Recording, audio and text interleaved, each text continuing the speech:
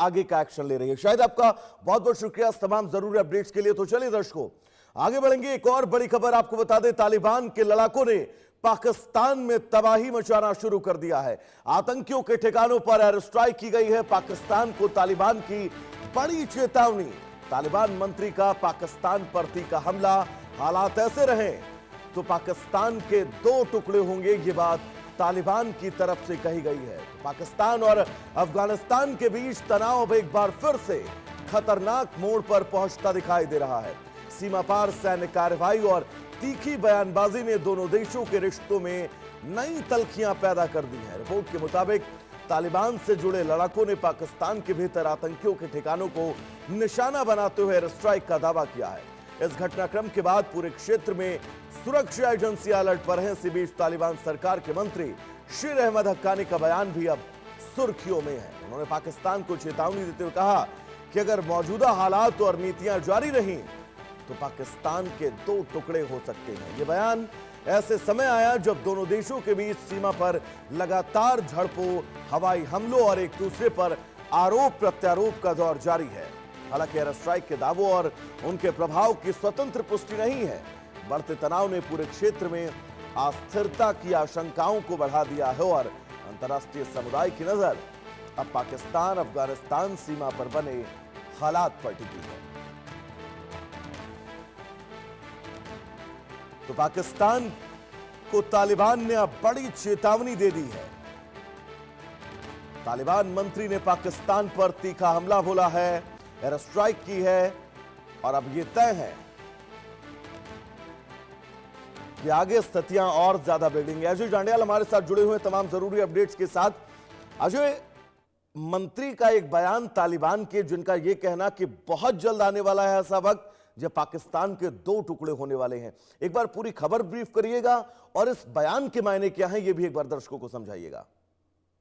अजय, देखिए, जिस तरीके के हालात पाकिस्तान में वैभव बने हुए हैं, उससे एक चीज तो बड़ी स्पष्ट है कि पाकिस्तान अब बड़ी देर पाकिस्तान नहीं रहेगा। वो दिन आपको याद होगा जब 1971 में पाकिस्तान और बांग्लादेश का विभाजन हुआ था। यही चीजें जो आज वहां के लोगों को, चाहे वो बलूचिस्तान हो, पीओके हो या फिर खैबर पख्तूनख्वा के लोगों को भुगतना पड़ रही हैं, यही हालात पाकिस्तान ने उन लोगों के लिए बनाए थे।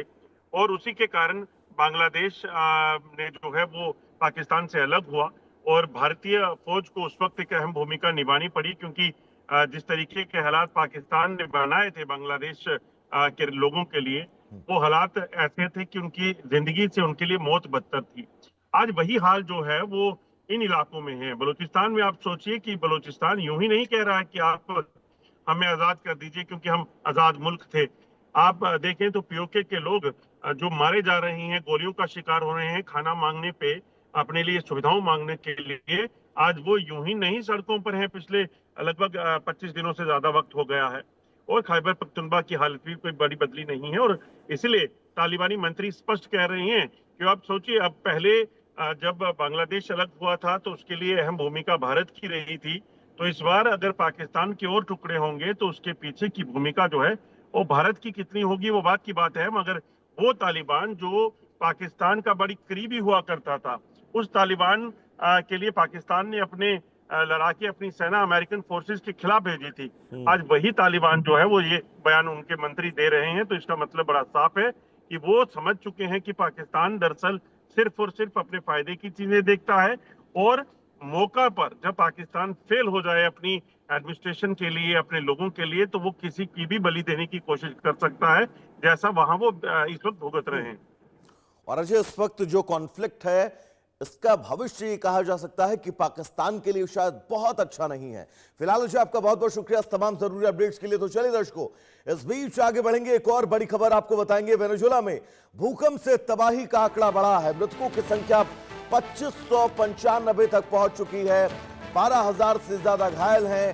सैकड़ों इमारतें ढही हैं। राहत बचाव कार्य युद्ध स्तर पर जारी है।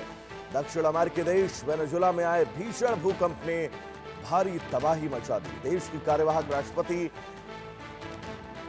डेल्सी के मुताबिक इस प्राकृतिक आपदा में अब तक 2595 लोगों की मौत हुई है, जबकि 12,000 से ज्यादा घायल हैं। भूकंप के झटकों से 189 इमारतें पूरी तरह ढह गई हैं और यह तस्वीर जो वेनेजुएला से सामने आ रही है वो यकीन मानिए आप सबको परेशान कर रही होगी। तो इस बुलेटिन में मेरे साथ इतना ही, कहीं जाइएगा नहीं। इंडिया न्यूज पर खबरों का सफर नॉन स्टॉप जारी रहेगा, बने रहिए इंडिया न्यूज के साथ। नमस्कार। नियत सच्ची होवे